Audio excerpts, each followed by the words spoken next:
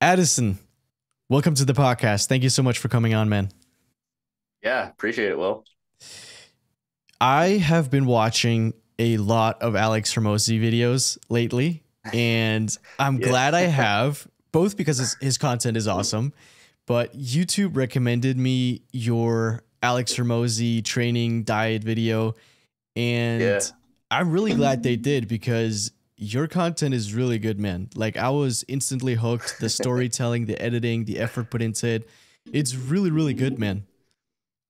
I appreciate it. It's still kind of crazy that like you'd even be recommending my video, but I appreciate it. I think a lot of people are just like binge watching Alex Hormozi videos for like the Yeah. last 6 months or so. So kind of just piggybacking off of that for right now. hmm It's awesome how YouTube, I think, is one of the only platforms that does that, like recommends a video that's 8 months old, whereas like something like hmm TikTok or Instagram Reels, like the videos you put on there get views maybe for 2 weeks and then they never see the day of light again. Totally.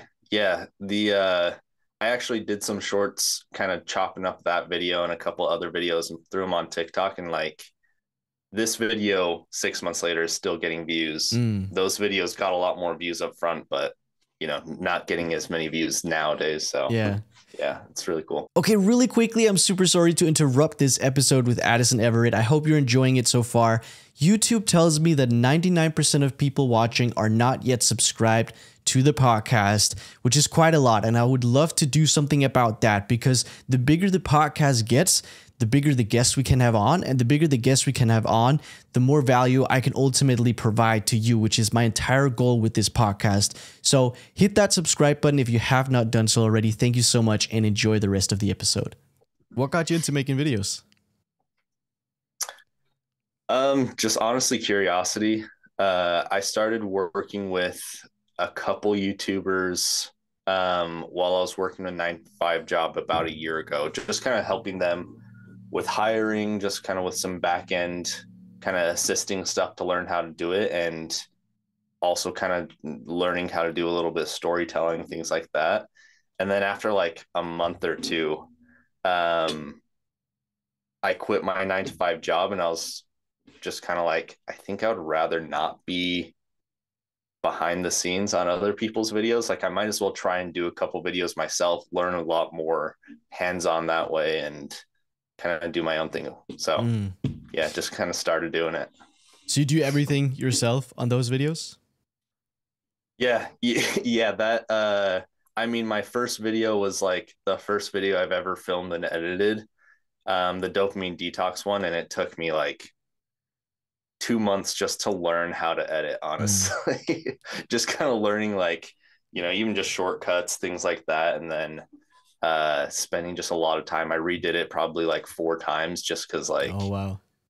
I would get through it and I would be like, oh, I think I know how to do this better now. And Mm. then I'd re-edit it and that sort of thing. So That's awesome. You can really tell that you put a lot of effort into it. good. I appreciate that. That was the goal.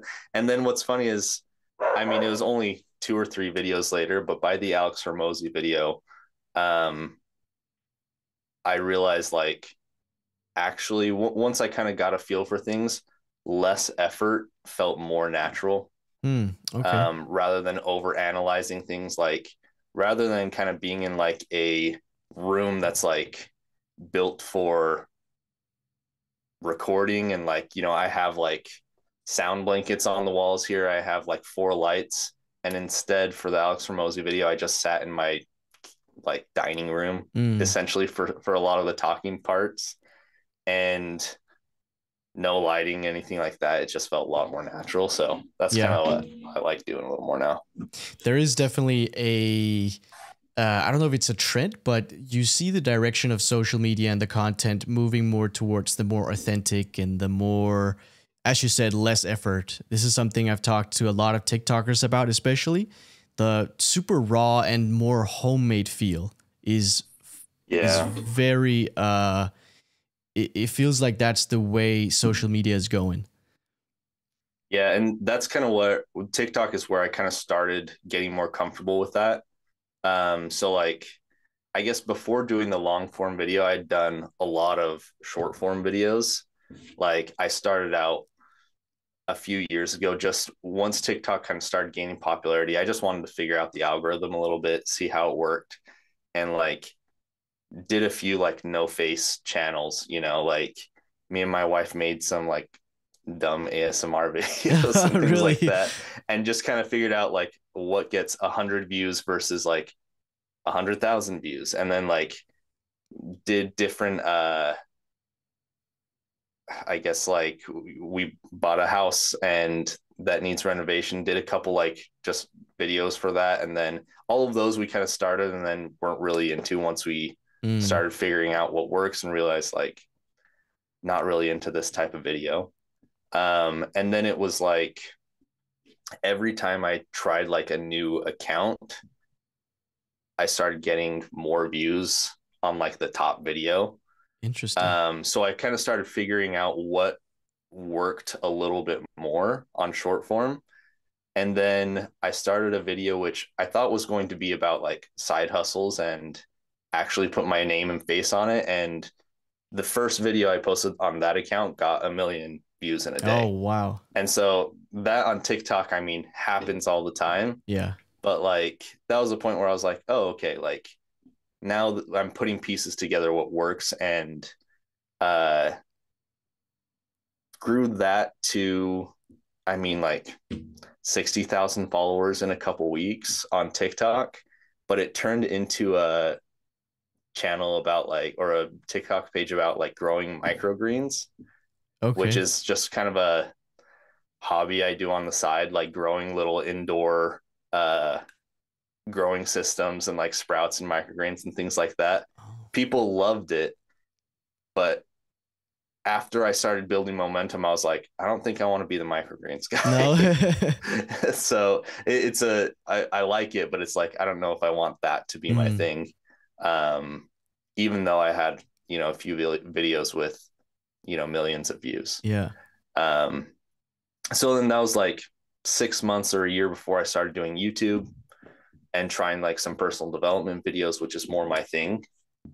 And started doing some shorts where it felt a lot better to get, you know, even if it wasn't millions of views, there are a couple of videos that got 1 million and 5 million views, but even when it was like 10,000 views, it felt better when it was something I actually liked in the content rather than just like something I knew would work, if that makes sense. Yeah. Yeah. So still kind of on a little bit of a hiatus while I'm working on other businesses right now, from videos, but definitely like that's something I'm excited to get back to, is more of the personal development type of content. So, okay. So we can't expect you to make any microgreens videos on YouTube. I will probably talk about microgreens here and there. You'll see it in the background of stuff as I want to as I want to like show a little bit more of my life throughout videos, just to be a little more relatable and whatnot. You'd probably see it because I still like doing it, but I'm not doing like, here's how to grow microgreens. You know, here's how to plant broccoli sprouts and grow them and then sell them at farmers markets and things like that. Do you do that? Have you turned that into a business?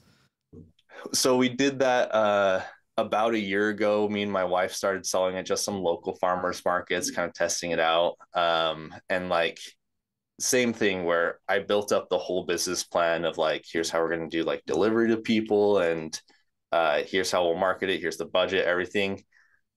Laid it all out to pull the trigger. And I was like, I don't know if I love this business to dedicate the next 1-2 years of my life to it. It still kind of pops in my head every once in a while of like, seems kind of fun. Yeah. So like, who knows, maybe in the future, I if I partner with some people, it'll be something I start small in this area, because I think there's still opportunity for it. So it's like more of a temptation than like I actually want to devote my life to it, though. If that makes sense. I've never heard the term microgreens. What is it actually? Or maybe I have, I just don't know. It's so when you grow a plant, you've probably heard and seen sprouts like bean sprouts and things like that where people grow them in jars. So it's pretty much your growing seed, and in the first like 3 to 5 days it sprouts out of it, and that's what would be defined as sprouts. Okay. Super healthy, nutrient is really dense, and then they grow to about, usually they're like 3 to 4 inches long. Some of them, peas will get 4 or 5 inches long, and it's right before they start growing like their adult leaves. So Hmm. they're still like really sweet. The broccoli sprouts are like 40 times more nutrient dense Wow. um, than adult broccoli. So it's like it's really healthy. Um, it's pretty expensive to buy in stores. And so like you can grow them, like you'll grow a tray of them, you'll plant them on day one, and by day 10, they're ready to harvest. So it's just really kind of fast paced Oh. growing. So is there a lot of maintenance to it? There can be sometimes, but that's kind of why my videos on microgreens started picking up, is because and not that I'm the first person to come up with this, but I built like a automated watering system and used some like Google timers. So it was like you plant the tray in the beginning, which doesn't take very long, and then I put it under lights, and it's just on a timer to turn the lights on and off every day, to water it 2 times a day. I come back in 10 days and I cut them, and then Interesting. Wow. and sell them like that. So I love the idea of knowing where my food comes from, and I have genuinely yeah. wanted to try to experiment with that, like plant my own vegetables. Would Mm-hmm. love to try hunting. Um, Yeah. have you tried that? Yeah. My hunting, I mean, I've done a little bit of hunting, but like not enough to actually shoot anything. Like I Mm, walked around with a gun out in the woods. okay. Not really expecting to see anything. It's more of just like yeah, I've gone out and kind of been with people who have hunted. Mm. So You're from Utah, um right? from Utah, so a lot of hunting here. Yeah. But yeah, also love just like being able to kind of provide that stuff for ourselves, and Yeah. it's it's way better than growing something like in the garden for 5 6 months, because it's literally like 10 days later you're eating the food. So like Mm. if we're getting together with people for you know a dinner party or something in a couple weeks, like I can start growing now and have it ready for Yeah. like some sort of a salad or something like that. I mean, not crazy foods, but it's microgreens. So That's awesome, man. Yeah, I mean, especially today where there's so much garbage food in the supermarkets. Like everything is stuffed with sugar, especially in America. So the yeah, thought of just knowing exactly what you eat is so cool to me. yeah, totally. And like, not to just keep going on microgreens, but like even the athletic greens, like everybody's throwing greens powder into their drinks and their smoothies, where it's like you can really get the same effect by growing it at home and then Mm. putting it in Yeah. yourself. And like I've dehydrated them so it lasts months, and then same pretty much the same product as athletic greens and things like that. So what's the output versus the input from the microgreens? Output as in How the much actual crop. Yeah, how much do you get out of it? Um so like they're 10 by 20 trays, 10-inch by 20-inch trays that you plant in. So like this is probably about the length, Okay. and then it's about double the width. And so you plant that with soil, and then you spread seeds like pretty evenly. So you're probably spreading like 500 more seeds, depending on what kind of seed they are, across that. Mhm. Um, and then it becomes just like a full tray of, like, the entire thing is like a huge dense bush of Oh, cool. vegetables, and that's what you cut. So Oh, yeah, cool. it's and even one tray for like me and my wife will last us a week or so if we're eating it Mm. daily. So like most people in the stores are buying like a little container, like a 2 to 4 ounce container, and that costs them, you know, $4 to $8. So it's like that will only last you like 1 or 2 meals. Mm. But it's so nutrition dense that people pay a decent amount for it. So Yeah. Can you grow it inside, or does it have to be outside? it's all grown inside for me. Okay. There are people who grow them outside, but like for the growing conditions, yeah, you want it all inside and like really uh closely monitored, like light durations and how much water it's getting and making sure that stuff. But again, once it's automated, you have all that stuff figured out. So speaking of diet and food, I have been really excited to talk to you about the Alex Hormozi video where you ate and trained like him for 6 weeks, right? Yep, 6 weeks, 42 days of doing it. So can you explain to the viewers who haven't seen the video yet what it was, the whole experiment was about? Yeah, so Alex Hormozi talks about this often because I think it's just a really clickable thing that he brings up and everybody calls him a liar. But he posted an article online like 10 years ago where he gained 35 pounds in 6 weeks. And it's by eating 6,000 calories a day and working out like 2 times a day, 6 days out of the week. So it's like, and it's really high volume workouts, even just from one workout, let alone twice a day. So like the normal person eats 2,000 to 3,000 calories a day. Alex Hormozi doubles that, and it's like really high protein, low fat, high carb diet. So like you're supposed to just be getting as much energy as you can, and he's trying to mitigate how much fat is being stored from that based on just some like random studies that, to be honest, I don't know if they're like legit studies or not, but was it because fat stores faster than carbs as fat, or what's the logic behind it? So the logic from the study was that carbs are more likely to when you're in surplus of carbs, it's more likely to go into just direct energy usage, or your body just gets rid of the excess. And then when you have a surplus in fat, it's less likely to be converted into muscle, and it's more likely to be stored in your body. Again, I don't know if that's true.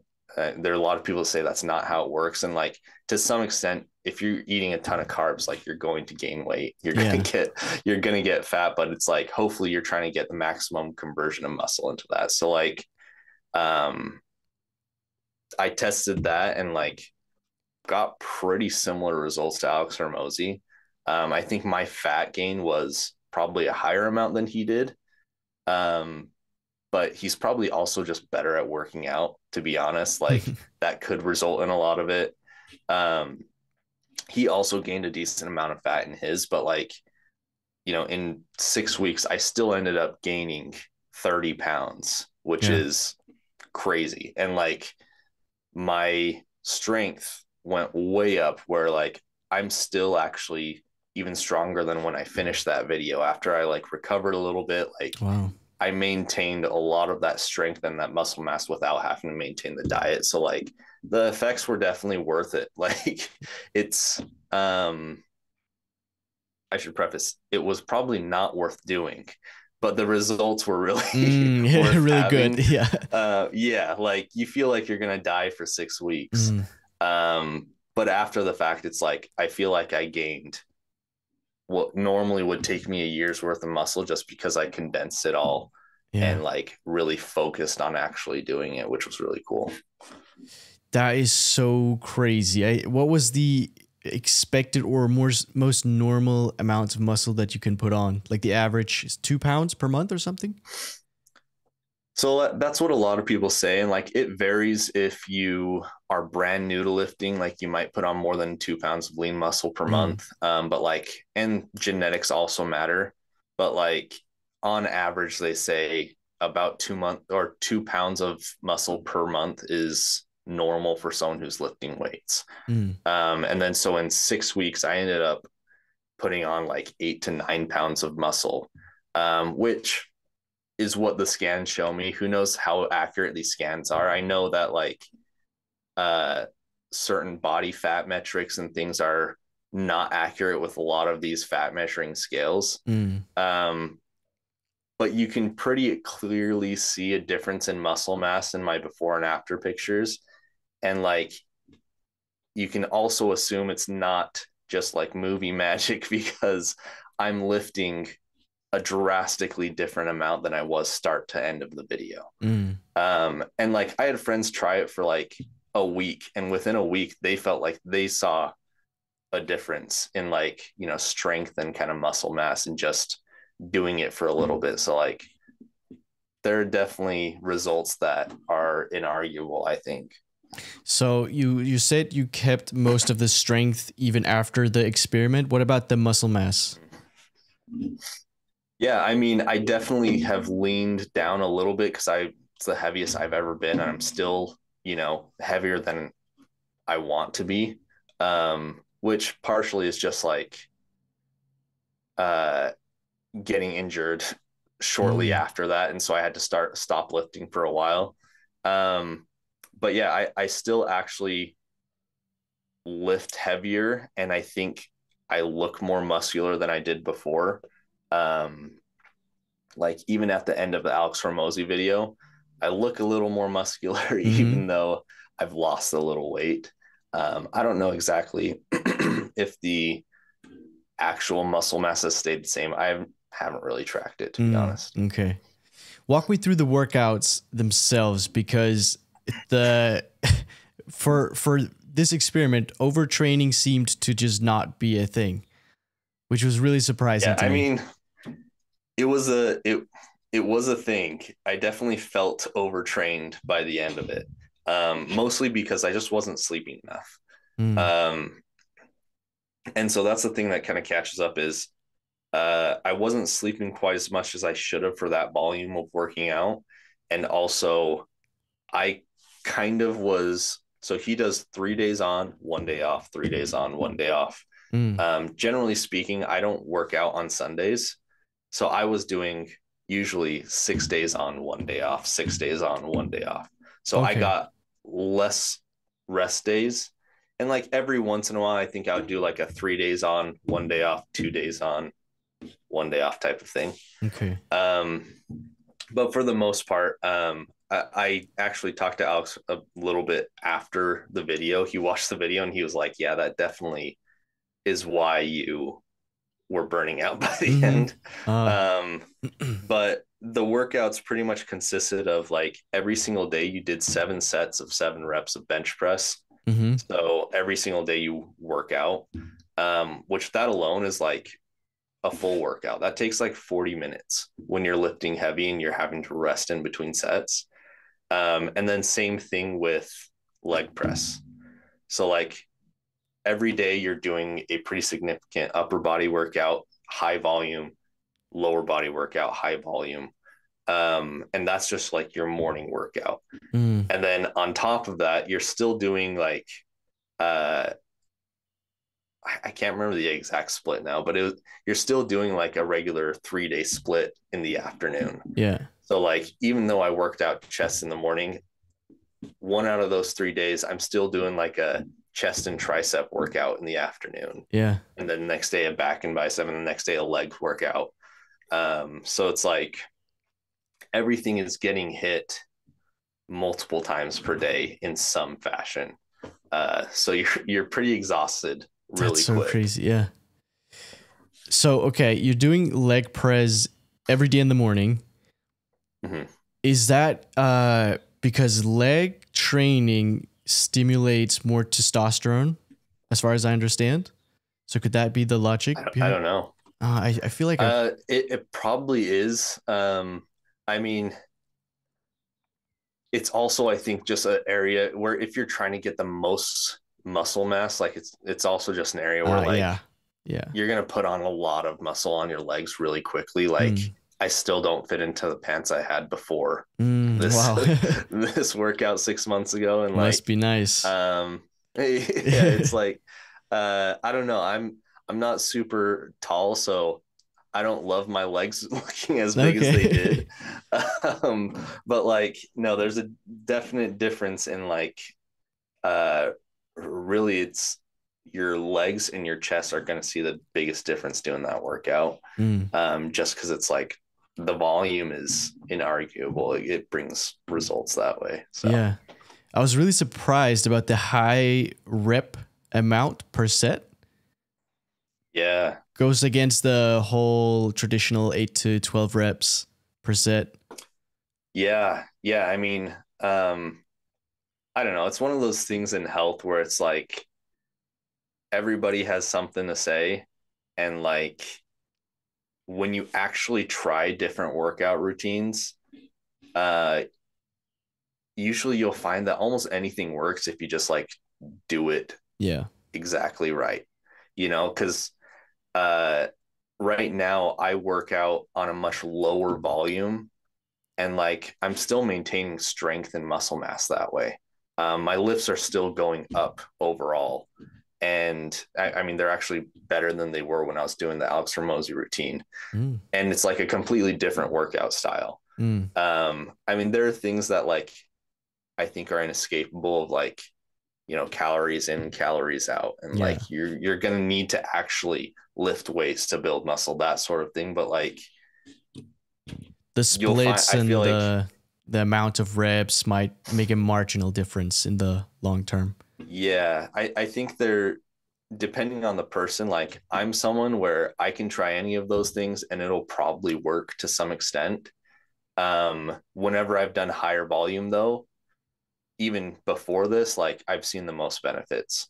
There are other people I know where it's like whenever they do really low volume and slow pace and heavy weights, they see more muscle mass and benefits that way. I typically just flip flop back and forth between those two and just mainly do it to see which one is more fun. So do you think your sleep quality suffered because of the experiment, because of so much training and so much eating? Yeah. I think mostly the eating. Yeah, like I didn't get into it a ton, but like my Oura ring was showing really bad sleep quality. I was starting to snore a lot more. My breathing was worse just because like my whole body was inflamed.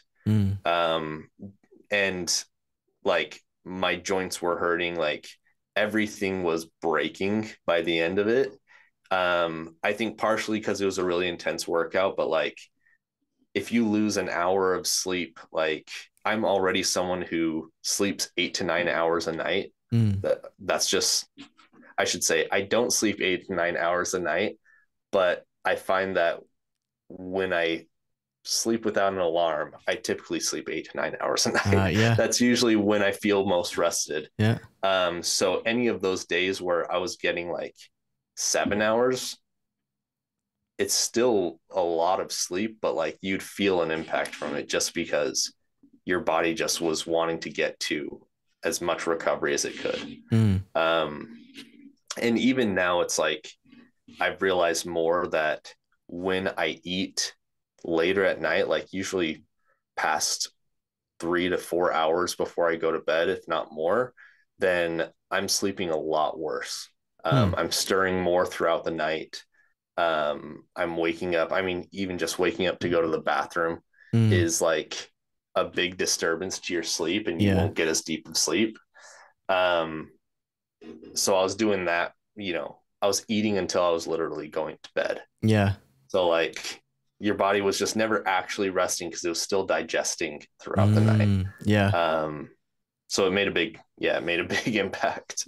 I found that especially if I eat fats close to bedtime or even like high fat dinner, I have a hard time falling asleep. But typically like light carbs like fruit helps me fall asleep a lot better at least. And Interesting. the your dinner in the Alex Hormozi diet was the only meal with fats, right? It had, I think some of the other ones probably had a couple grams here and there, but yeah, it's the only one that had like an actual intentional serving of fat, which was Mm, sour cream. yeah. Um, so like it was maybe the heaviest meal to break down Mm. overall, which like I don't know why it was set up that way, but like yeah, just was. Interesting. I sleep 8 to 9 hours ish as well without an alarm. Do you always sleep without an alarm?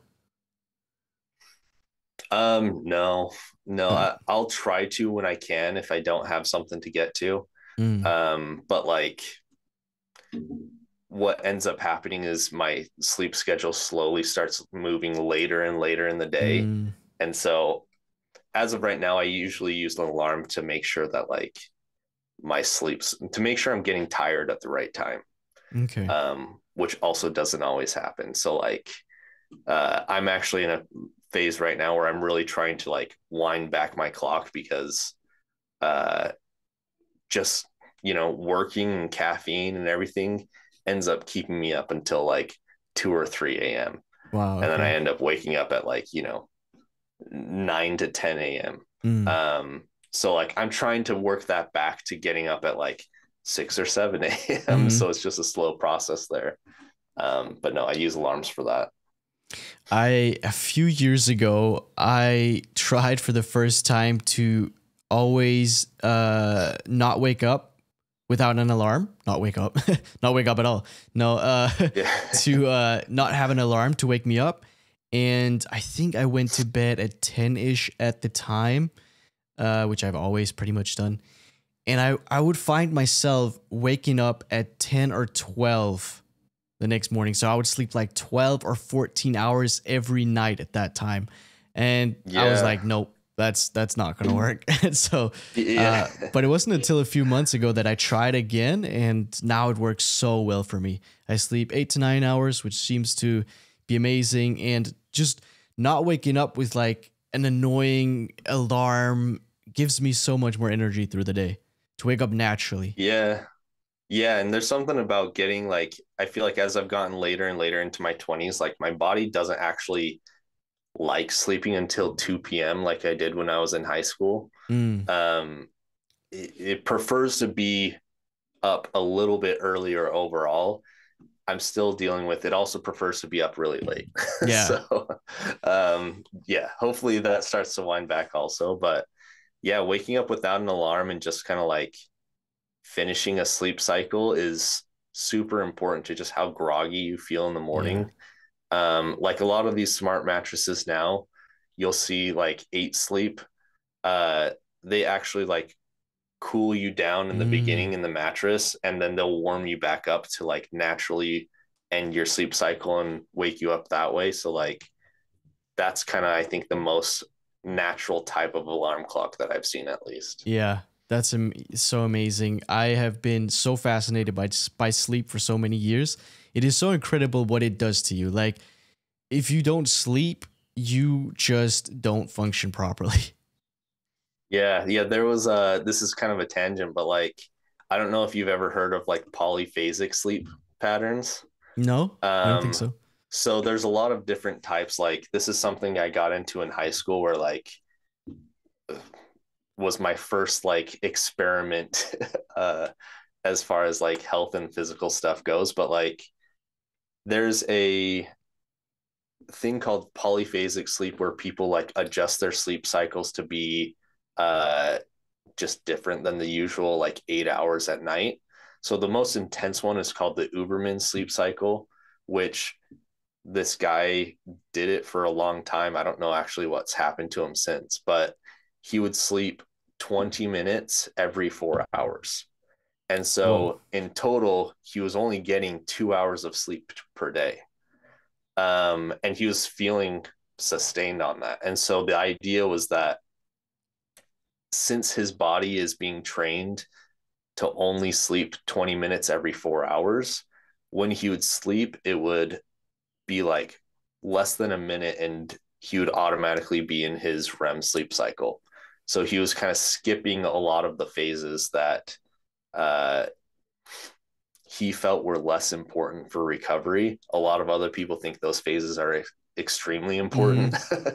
But and then he was, feeling energetic and pretty much up the entire day except 20 minutes every 4 hours. So I tried that in high school, did it a little bit wrong, where you're supposed to like pretty much train your body that if it doesn't sleep during that 20 minutes, it doesn't sleep at all. Huh. So like if you can't sleep for 20 minutes in the first like getting used to it phase, then you just don't sleep and you skip that. I was actually trying to be like asleep for 20 minutes, so my body never adapted. So I ended up just being tired for like a full month, never adapting to it, and consider it failed. But this guy did it for at least a year, if not more. Didn't show any significant health side effects. Wow. This was 10 years ago, so I don't know what's happened since. And that was kind of like the rebuttal back then, is like a lot of people are saying, we don't know what actually happens if you do this for 20 years or 30 years. And like anybody who starts it is going to have to be that kind of test subject down the road. Wow. So kind of crazy. How did you make that happen in high school? Did you just, during recess, you just took a nap? It was right after I graduated. Oh, okay. So yeah, it was right after high school. So it was when I was out of school and things like that. But like, I pretty much wasted a month of my life just sleeping, or I guess not sleeping, but wanting to sleep and being too tired to do anything for that time. Yeah. Every once in a while, consider like, could be an interesting test to do again. But I don't know. At this point, I'll probably go through the exact same experience and just regret it. So. Yeah.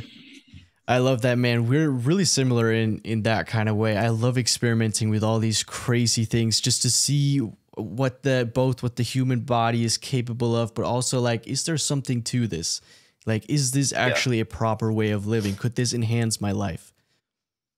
Totally. Yeah. And you see, like, I mean, recently Brian Johnson has been really popular on YouTube because I feel like he's living kind of like that personal development dream where he suddenly has a lot of money and he's just spending it all on experimentation that makes him like borderline superhuman. I mean, he's slowing down his aging and everything. So like he's doing an experiment that YouTubers can't really do in the same way, where he's spending millions of dollars to perfect his sleep, perfect his nutrition, his exercise, all of those things. So like, yeah, there's just something about trying to like get the optimal result, you know. You also did the dopamine detox? Yeah. In hindsight, I don't know how valuable it is to do now that it's like a year since doing, but essentially the dopamine detox is where you restrict yourself from all like dopamine stimulating activities, which is impossible to do in entirety, but like really it's the cheap dopamine that you're trying to restrict yourself from. So social media, entertainment, junk food, all those sort of things. And at the extreme, like I did do a 48-hour fast during that also to start,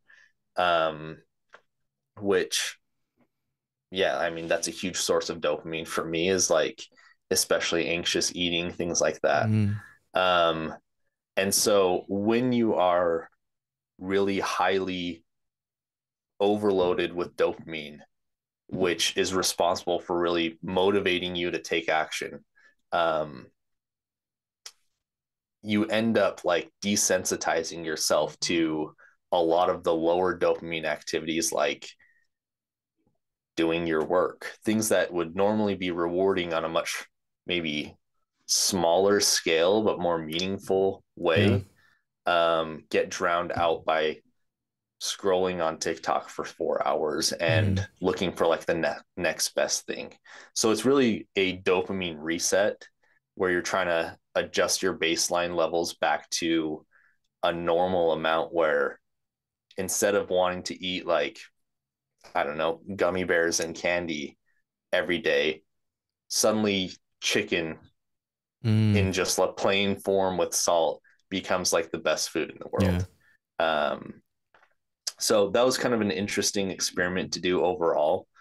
If you're someone who like is actually stuck in habits and that's why you're not doing the things that you want to be doing, like getting work done or, you know, pursuing more meaningful activities, then it may be something to consider just to kind of shake up your schedule. I think you could do a similar thing by like going on vacation, you know, going camping for a few days, would probably do a similar thing. The reason I say it's less meaningful is since then I've gotten a lot more into just like emotional healing and management and like kind of, you know, more healing practices in that way.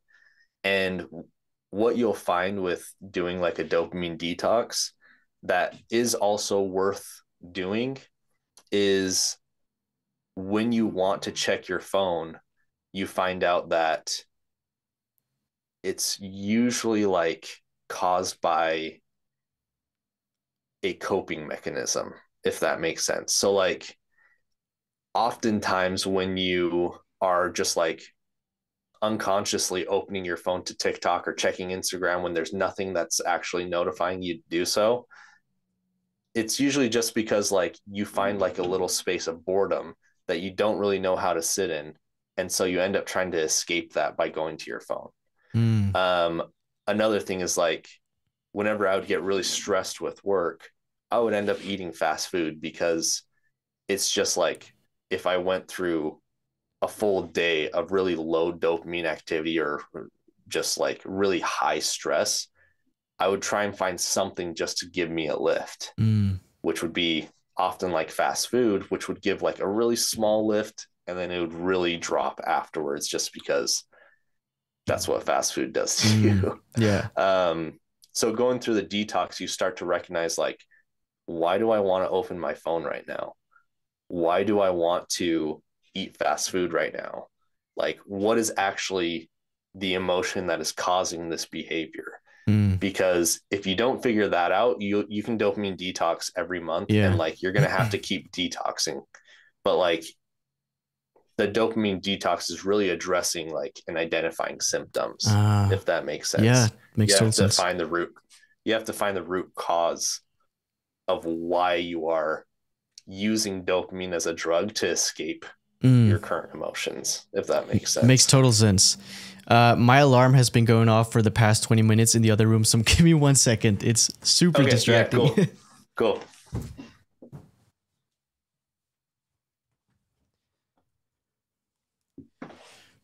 First time we've had that happen, ladies and gentlemen. No worries. I'm turning my stuff on do not disturb also for a little longer because I think it expired, but all right. No, we're good. I was going to ask, have you heard of monk mode? I have heard of monk mode. That's like, I don't know if Iman Gotzi, yeah. I heard it from him, I think. Coined it. Yeah, I mean, it's like, I don't know, maybe you should explain so I don't comment on the wrong thing.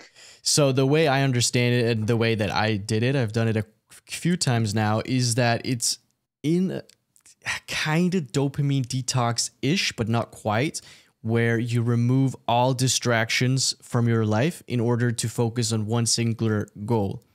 So for example, I've done it a few times where I did it for a week and where I removed my phone, like no social media, except for one thing, which I'll come back to. No music, no caffeine, no whatever.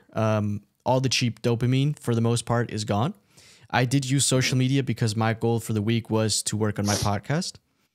And so, but there was no like binge watching YouTube. There was no listening to others' podcasts. There was no music, etc., etc., etc. And so it is, in a way, a dopamine detox. And I did it a few weeks ago, and I noticed that my stress levels went down so much because all the noise was just gone, and I had one focus, and my productivity was sky high. I felt so much less anxiety. And when I slowly started to introduce these normal things again, it just came back, like the stress, the anxiety. So it's a very short term. It's gratifying very shortly for the period, but once you go back, I don't really feel any effect of having done it. Besides all the productive stuff I've done with my work. Yeah. Yeah, I think kind of similar thing where it's like, to some extent you need to address like the root of what's causing stress or anxiety or things like that, where it's like social media is, in your case, maybe a trigger for that, but what's actually causing stress and anxiety is more likely what social media is kind of like bringing out of you, which might be like comparison for a lot of people. It might be comparison, which leads to self expectations and, these ideals that you're putting on yourself. For some people, like there's no arguing that like social media is built to be addicting. And so like sometimes being on social media just means you're not doing something that's more fulfilling. And so like there's definitely value in just like doing it less, and that will help a lot of times.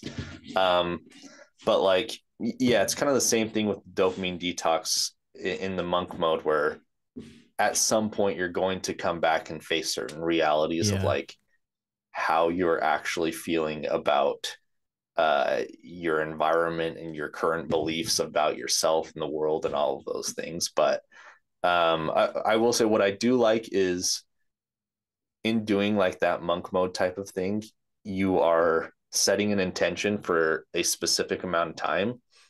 And like people, I think, usually just thrive on limitations. Like when you have limitations surrounding kind of a goal or a project, it's just easier to wrap your head around and know how far you can push things. And when you let off the gas, or like also if it's like a more discipline based thing, knowing that it's just not going to be forever is usually like what makes a big difference for people. Is, I'm just going to eat 6,000 calories for 6 weeks and then I'm done, where I wouldn't have been able to do that if I just said, I'm going to do this until I gain X amount of weight, or like, if I didn't have a time frame, I don't know if I would have been able to kind of stick to that kind of discipline activity. But those limitations in general, I think, are super important. Absolutely. And having a goal in that week helped so much. The first couple of days were really hard, but then day 3, day 4, day 5 were really, really good. And it was because I did do something I genuinely enjoyed. I really loved the work on the podcast. And I think I would have gone insane if I did a week just dopamine detoxing and not having that specific goal with it. That's also kind of measurable in a way. Yeah, no, I think that's super important, where like a lot of people, I think, cut a lot of things out, but they have nothing good to replace it with. Where like when you have a specific goal that is actually fulfilling and you're going to see both short and long-term results for, like it becomes kind of like a pure just kind of persistence with that. Whereas like if you cut out all entertainment and you have nothing to do all day and you're just sitting there bored, like that's most likely not sustainable. No. Like having like a passion or some sort of a pursuit that you can really redirect all that energy to is I think what's going to make the difference there. Yeah. And I definitely think that is why people are so drawn to all these cheap dopamine fixes, because they don't have that thing that either they have a thing that they're passionate about, but they're afraid to pursue it, or they just haven't found it yet. Yeah. And sometimes like you being on social media all day is what's preventing you from finding it. Yeah. You know, a lot of things, like, you don't know if your passion is, ceramics unless you try it. Mm-hmm. And like, you might be interested in videos about doing ceramics, but at some point you're going to have to try it. And that's like, I mean, story of my life, I feel like, where I'm interested in all of these things, but like, I'll try them and I'm like, oh yeah, this is a great hobby. I like building furniture, for example. There was a time where I thought, oh, maybe like building furniture and selling my own like custom furniture is my calling. But like, you try it for a while and you realize this is a great hobby, but not necessarily filling all of the right buckets in life for me. Yeah. And so like, just kind of making that difference between like hobby and what is actually a passion, and allowing yourself to just leave it at a hobby sometimes is super important. But you just have to try more things. Yeah. And like, stop looking at what other people are doing, thinking that you're going to find your passion by looking at other people's passions. Usually just not how it works. No. So no, comparison is the biggest thief of joy and happiness. Totally. There's no doubt about it. And you just get in your head about stuff. you know, like, the more you look at other people's YouTube videos, for example, the less you make your own YouTube videos, and you end up just taking other people's styles and things like that. So definitely that's been like front of mind for me in a lot of different projects. So have you intentionally tried to avoid watching people who make similar content to you? Yeah, I think I don't know if I would say I intentionally avoid it. I found that I just am less interested in it. There was a while where like I was trying to learn all of like the retention tactics, all of those things, and I was following everybody else who was studying those things and trying to implement. And like, they definitely work. There's like a right way to make a YouTube video, but at the same time, like, once I kind of realized that everybody was trading like authenticity and kind of like a realness that you find in videos for retention tactics, like, it starts to become just really uninteresting. So like, naturally I stopped watching those videos that like I was into, because right now, especially personal development videos, challenge videos, they're all super like quantitative, and they're all super like strategic in how long everything is. And that's totally fine. But like, I find them exhausting now. So it's exhausting to watch a video that doesn't have space to like breathe and stuff. So yeah, I find I watch much more relaxed videos and kind of find a little bit more satisfaction out of those now. So not intentional, but yeah, I do watch less of the content that I used to. So do you mean like the fast-paced videos where like every 3 seconds something happens? Is that what's exhausting? Yeah, fast-paced videos, or even just like, and there are a lot of creators where I'm like, it's still a really good video, but like, I wanted to see a little bit more of an interaction between two people and like what they're actually like in their natural life, versus, really quick editing every time someone takes a 3-second pause. Yeah. So I think kind of like circling back to the beginning, like, TikTok is promoting a little bit more natural, people are just shooting a video of them talking in their car or on their couch or something. And then there's like kind of a divisiveness where like, it's also promoting like, how much can we fit into 60 seconds? Yeah. Or like 30 seconds, and I think you can play both sides as a creator. You can do both. It's pretty much a sales funnel where like, you're attracting a lot of people, and then eventually you get them down to people who want to watch you just sit and hang out on a live stream for 4 hours, maybe. I don't really know exactly where I fit into that now. now 6 months later, though. Isn't it interesting that the two most important types of media is the long format podcasts and then the very short, fast paced short videos? Yeah, totally. I mean, complete opposites. They're complete opposites, but they're kind of, I think they're actually satisfying the same thing in people, which is, in my opinion, like cheap dopamine, where short form video is engaged, cheap dopamine. People are just like really sucked in. And then they get up and they're like, okay, I want to get something done. And they start cleaning their house, for example, which is a really low dopamine activity. So they layer it with podcasts. They layer it with different media. So they're never actually just like alone with their thoughts. Yeah. So it's like, it's a much lower level of dopamine, but it's like, I can get a really low level of cheap dopamine for an hour and a half podcast while I'm trying to do something else. So it's still, in my opinion, it's still just the pursuit of like escaping boredom and escaping these like stress or whatever it is that people are trying to get away from emotionally through cheap dopamine. Yeah. I think you're right. It is probably rare that people just sit down and just listen or watch a podcast without doing anything else. Most people listen to podcasts in their car on their way to work. That's another activity. Or as you said, like cleaning, something low effort where they can still use their ears and take something in. That's true.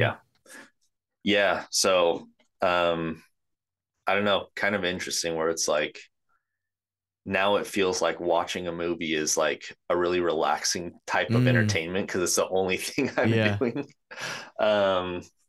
But overall, it's every once in a while, it's important, I think, to just like, let's turn off all the music.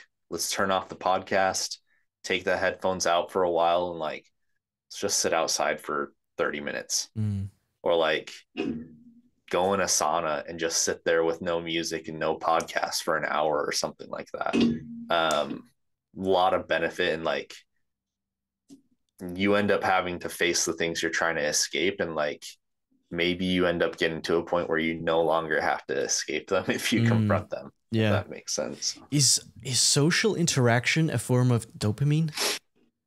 Do you know? I think, yeah, it is. It definitely is. I think there's other things that come with it, like depending on the depth of the relationship, especially, or like the type of contact, like serotonin is also released and so are just like, I don't know, there's a lot more connection and depth that happens where it's not just dopamine, but like the dopamine might be the immediate interaction, or like if you're going to a club or something like that, that's a really dopamine stimulating environment. Or like a bar, every time you see like an attractive potential partner, you're probably going to have some dopamine release in that way.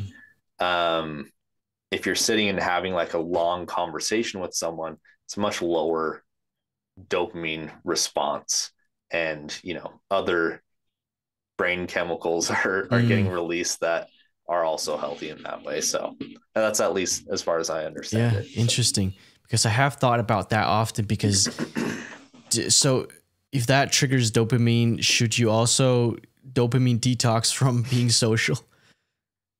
So I know like Andrew Kirby, who kind of popularized dopamine detoxes, that's like his intense version, is he doesn't talk for a certain period of time. And I have like a coach who has done a few silent retreats. I don't know if you've heard of silent retreats, but it's 7 days and they're out kind of like usually in nature, but literally just not talking for 7 days and spending time meditating and things like that.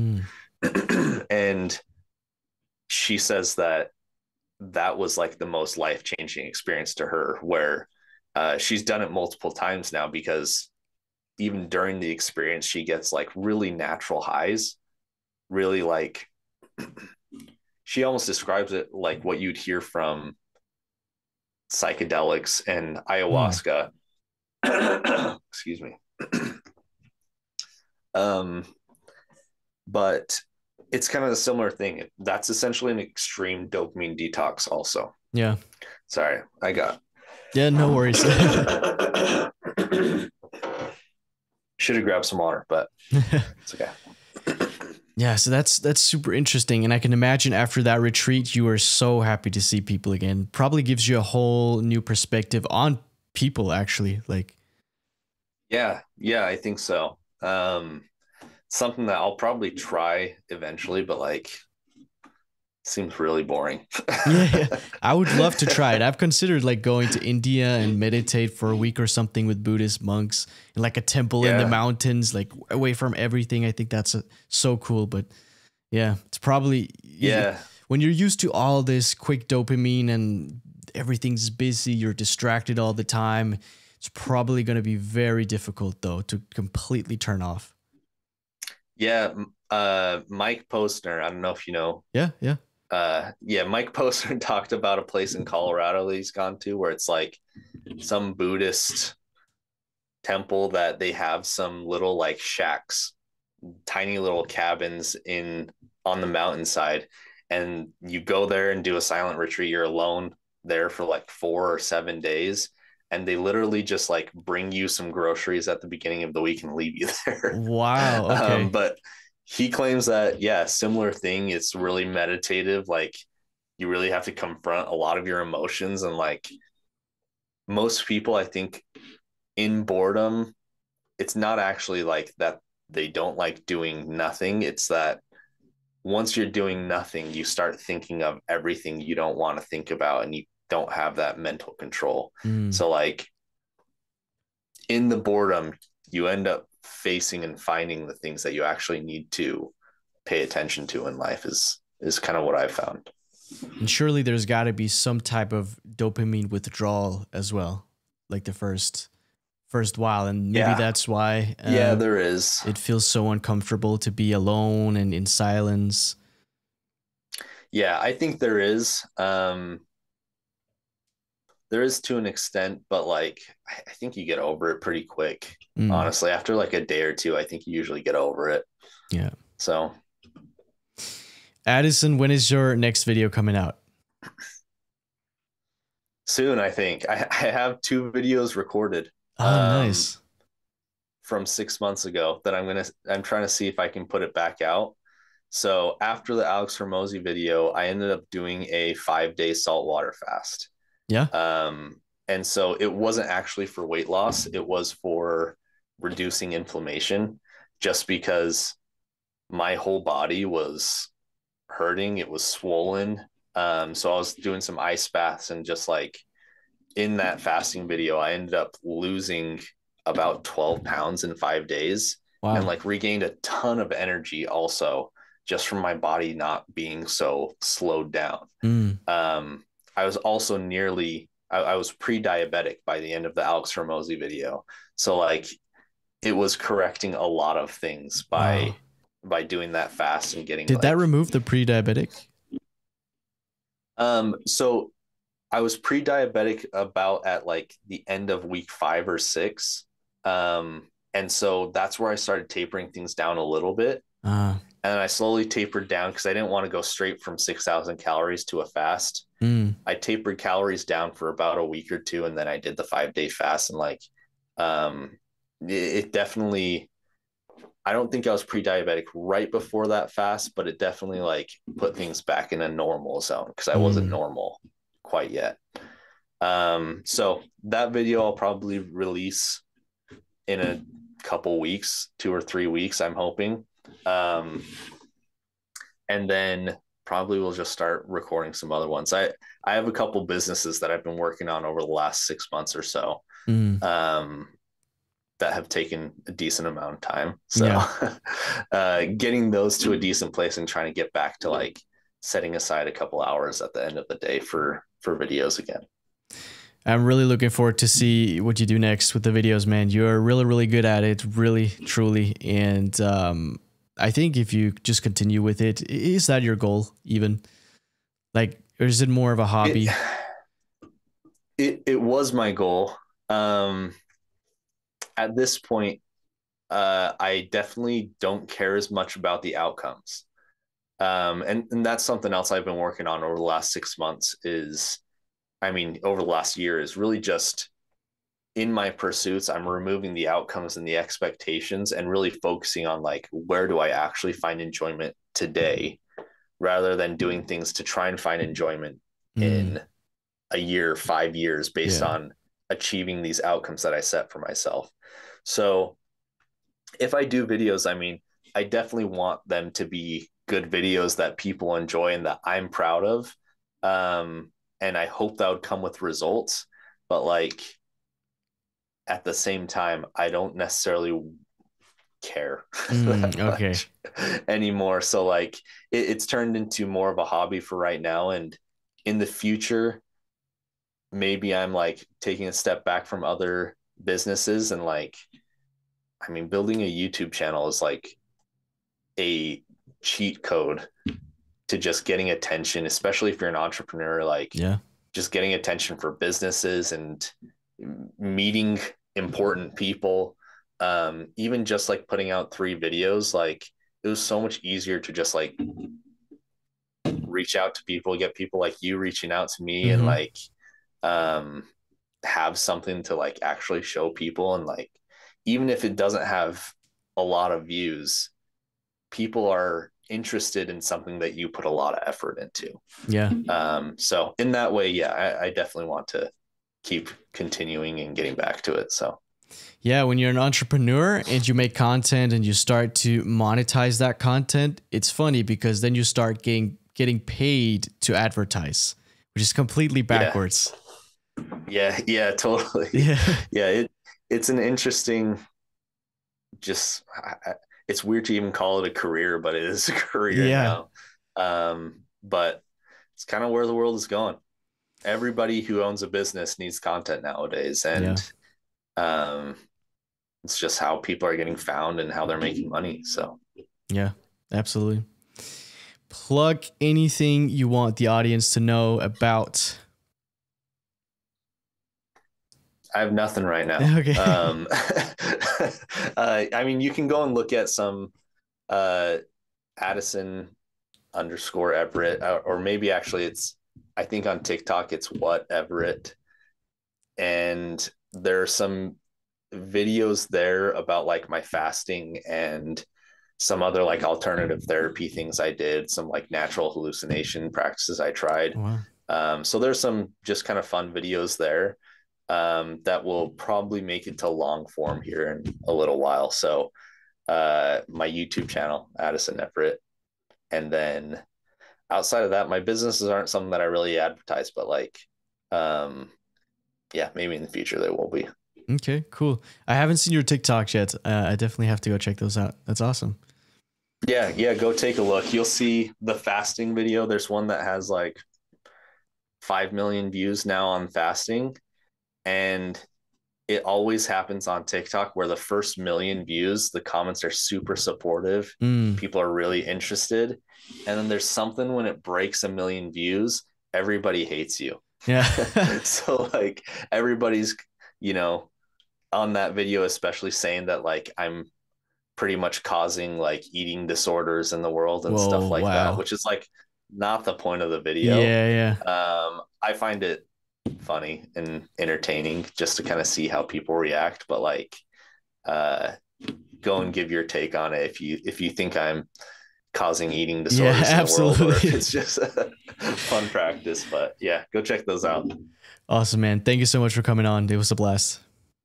Yeah, appreciate it, Will. It's good talking to you.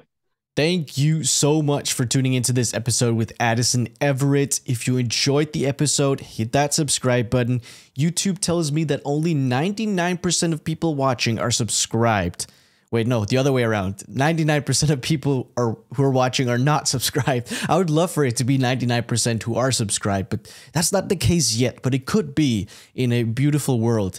So if you have not already, hit that subscribe button. It helps out the podcast so much more than you know, and it is almost effortless for you, but means so much to the podcast. The more subscribers we have, the bigger the guest we can have on, and the bigger the guest we can have on, the more value we can provide to you. So it goes back and forth. You give something here and we give something back. All right. So hit that subscribe button. Thank you so much for tuning in. I appreciate it. See you next time. Peace.